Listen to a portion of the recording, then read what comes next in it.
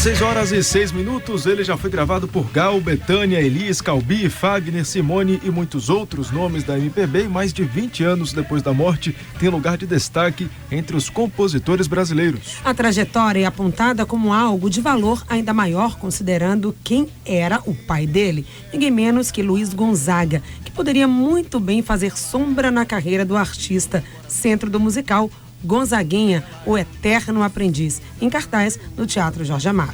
A gente conversa hoje com o ator que o interpreta, Rogério Silvestre. Bem-vindo ao Frequência Baiana, tudo bem?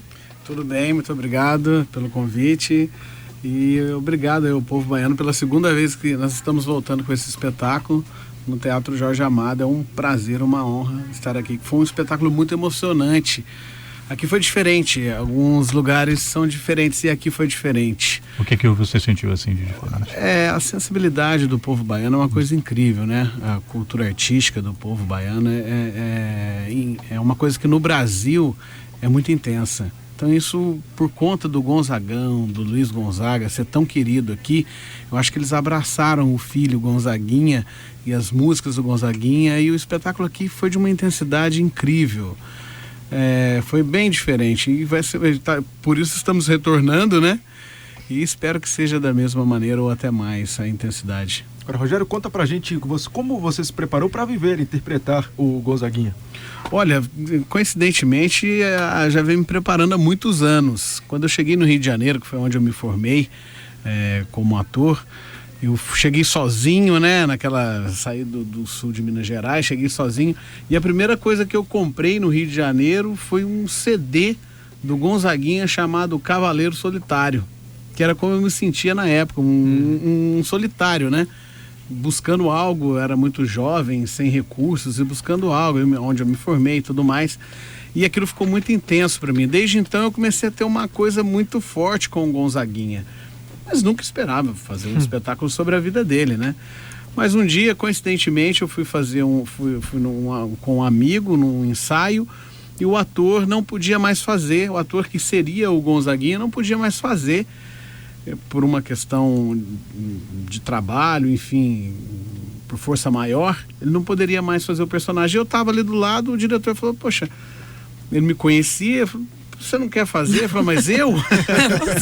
Mas você estava lá no ensaio, sim, para assistir. Para assistir, para dar uma força. Eu falei, e aí, como é que tá legal, tá bacana, tô gostando muito, eu sou fã do Gonzaguinha. E ele falou, não, então vamos fazer um teste aqui. Eu fiz e caiu como uma luva. Foi muito bacana. Aí veio toda a história do Gonzaguinha, né? A história do Gonzaguinha com o pai. E há 6 meses atrás eu perdi meu pai, que tinha uma amizade muito forte. Depois dos anos, né? Como o Gonzaguinha só foi ter essa amizade depois de muito tempo com o Gonzagão, né? Ele foi muito distante do pai.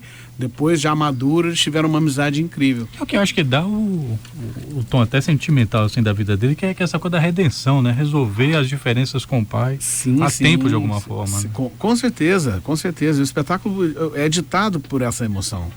O espetáculo é uma biografia emocionante da vida, da luta, do brasileiro, aquele cara que quer buscar algo. O Gonzaguinha nunca buscou grande sucesso, mas ele queria o sucesso da vida pessoal, a vida sentimental, a vida profissional, porque tudo é um conjunto, né? Então o espetáculo fala muito disso, fala de política, de amor, de filho, de pai, a relação dele com o pai, de uma forma poética, sutil. Então o espetáculo traz o público para uma realidade, né? Não é uma coisa surreal. Então o Gonzaguinha era muito, muito, muito verdadeiro. É muito honesto, vamos dizer assim. Ele teve que escrever mesmo, ele teve que batalhar, ele teve que, né, ele lutou contra a ditadura, foi um cara inteligente, teve que estudar, teve sensibilidade, nasceu numa favela, né, viveu aquela verdade da favela, aquela experiência de vida, né, do povo brasileiro que tem o sangue na veia, né? O povo brasileiro tem muito isso. Essa vontade de viver, essa alegria de viver, não importa onde, né? Isso é muito bonito, isso é muito intenso. O espetáculo mostra isso e você vê de verdade. Eu choro no espetáculo, o personagem chora mesmo, chora. E você vê as pessoas chorando e depois dando risada. É muito bacana, é uma experiência bem bacana na minha carreira como ator. Então, para fazer esse personagem, você teve todo esse estudo, levantar toda essa história do Gonzaguinha e acabou, claro, conhecendo também um pouco mais dessa relação. Para a gente ver essas duas figuras, pai e filho, aparentemente tão distintas, mas o que há de um, o que há no pai, nele, no Gonzaguinha? O que é que ele trazia do pai como característica mais forte pelo seu estudo? Aí, o que é que você descobriu? Eu acho que foi a sensibilidade. A sensibilidade da força de vontade de um ser humano, como o Gonzagão, vindo da onde ele veio, de Exu, né? E aquela força de vontade de ser alguém. E aquela luta de chegar numa cidade que ele não conhece, chegar numa capital que não conhece, sem dinheiro, mas tendo a moral, a ética, a força do trabalho, a vontade de ser alguém. E acabou que, por todas as dificuldades que o Gonzaguinha passou com o pai, por não ter a presença do pai, até porque o Gonzagão viajava muito, não era nem porque ele não podia, ele tinha que trabalhar, né? Ele deu uma estrutura boa de educação para o Gonzaguinha, que foi muito bem criado pelos padrinhos também, né? Então acho que o Gonzaguinha, querendo ou não tendo esse acesso ao pai, por conta das viagens, do trabalho, né? Hoje em dia tem jatinho para tudo quanto é lado, o artista faz show hoje, daqui a hora do almoço está em casa, né? Naquela época não tinha, era Kombi. Era Kombi. Então acho, mas ficou no Gonzaguinha essa essência, essa sensibilidade, essa vontade. E ele começou a querer mostrar isso na poesia dele, nas letras dele, na própria atitude como um homem. Rogério, o filme do ano passado, né? A gente está falando do Gonzaguinha e o ano passado foi o centenário do Gonzaga. Um ponto de destaque foi o filme Gonzaga de Pai para Filho. Sim. Mas uma das críticas que eu me lembro de ter ouvido assim, mais recorrentes era o quanto o Gonzaguinha ficava meio que de escanteio em um filme que, claro, é o centenário do Gonzaga, né? Então focava muito no pai. E algumas pessoas falavam assim, pô, mas o Gonzaguinha tem uma história super interessante que poderia ser melhor explorada, assim, né? Que poderia ser mais pautada, e era a oportunidade, porque as pessoas que gostavam do Gonzaguinha poderiam conhecer através do filme quem era aquele rapazinho, que, né, que poderia ser considerado o cantor rancor para sempre, etc e tal.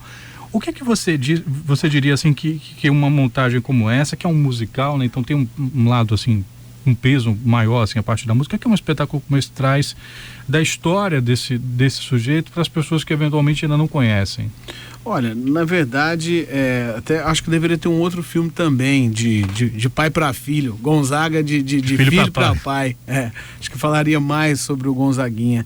O espetáculo mostra uma coisa que o Gonzaguinha não se mostrava. Isso é interessante falar. Essa pergunta foi muito boa.